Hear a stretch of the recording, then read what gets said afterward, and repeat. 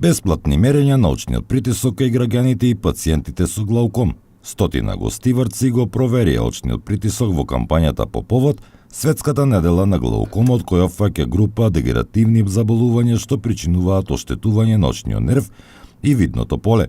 Во 2/3 од случаите тие промени се должат на зголемениот притисок, а во 1/3 е на промена на крвните садови.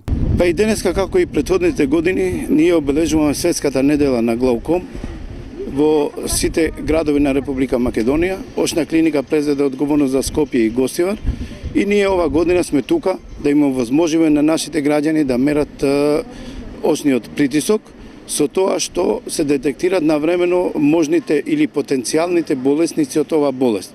Затоа што има едно големо значење навремено диагностицирање и лекување, дали терапеутско или хируршко, со тоа и се престанува или доаѓа до подобрување или сочувување на здравјето на видот или до потполно пречување на напредокот на болеста.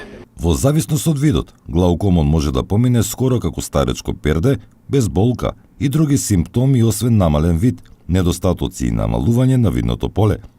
Глаукомот не се лекува, оштетувањата на очниот нерв и видното поле неповратно прогресира во целосен степен. На ваквите прегледи во просек се откриваат од 20 до 50 лица кои се носители на глаукомот.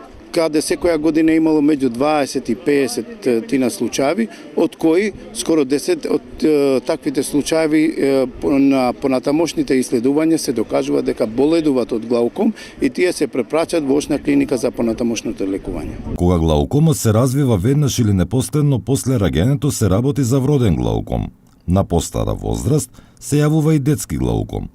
Најраспространет е после 35 годишната возраст, која што не е поврзан со други очни заболувања. Границата за нормален очен притисок е помеѓу 10 и 21. За да се спречи ваквата појава, потребно е да се обезбеди 24 часовна контрола на очниот притисок, строго придржување кон терапијата дадена од офталмолог и радовни контроли и прегледи.